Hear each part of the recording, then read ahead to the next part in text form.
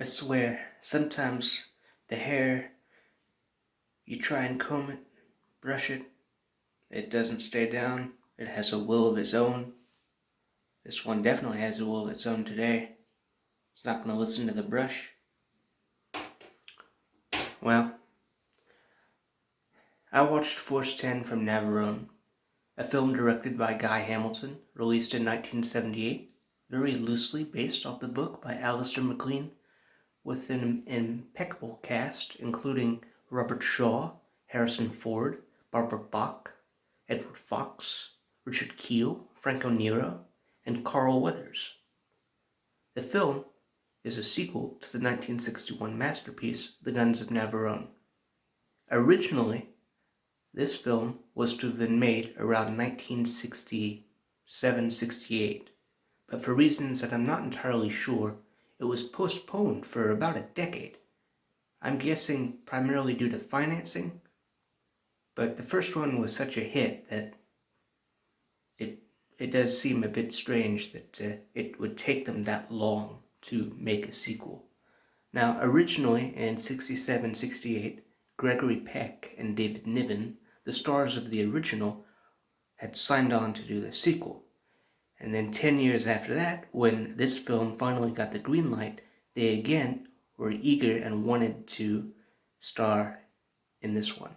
However, the studio executives said, you guys are really old. No, we're going to recast with younger actors.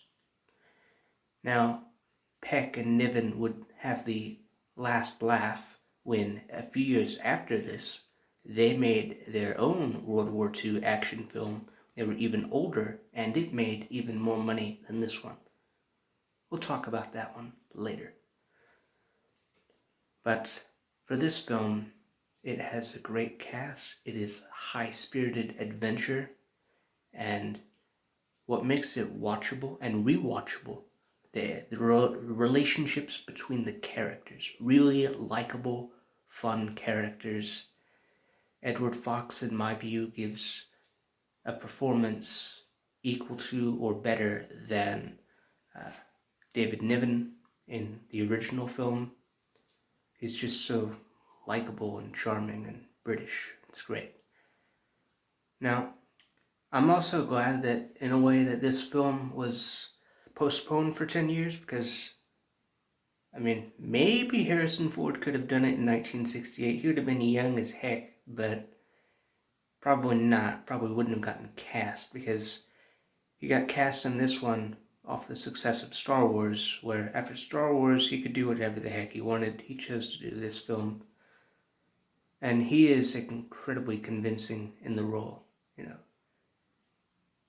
I say the film is high spirits and adventure, but the serious portions are primarily due to Harrison Ford. He carries himself with conviction in the role. And there are certain scenes in the film that are very tense, particularly towards the climax, which I'm not going to give spoilers, but wow. The film does a great job in addition to subverting your expectations. That's all I'm going to say about that. Now, you might be wondering, well, gee, you've told me the great acting, and you've told me, great performances, but I don't know what it's about. Well, the film pretty much follows the first one in that a group of Allied commandos have to go blow up a thing and fight Nazis. Although this one does have a bit of added element in that, in addition to fighting Nazis and blowing up shit, they have to find a German secret agent. Who could it be? So that's a nice little added element. The film was shot on location in Yugoslavia, and it's absolutely breathtaking to look at. If you're interested in viewing the film, it is available on YouTube for about $3-4. I'd recommend seeing it in HD. It's well worth it. It's also available in standard definition on Amazon for about $2, so cheaper. And the print looks okay. It's a film I would recommend. If you've seen Guns of Navarone first, I would not recommend watching them back to back because, the first one was so good, and this one, on a thematic level, is just not there. It's a different film. It's a more fun, high-spirited action-adventure film with not that much substance. It's just fun and entertaining, and if you like fun and entertaining films, give this one a watch. I'm sure you'll enjoy it.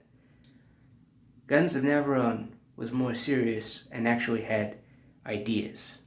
This film, I watched it again. The closest truth I could take away from the film is that we human beings are always in search of knowledge and truth, and we sometimes have different perceptions of what the truth is: personal truth, societal truth, and objective truth. So, that being said, we are going to be changing gears and bidding adieu to Yugoslavia and World War II. Not exactly certain what the next film will be, but I can tell you it'll be something completely different. Alright, that's all for this review. Thank you so much for tuning in. Be seeing you.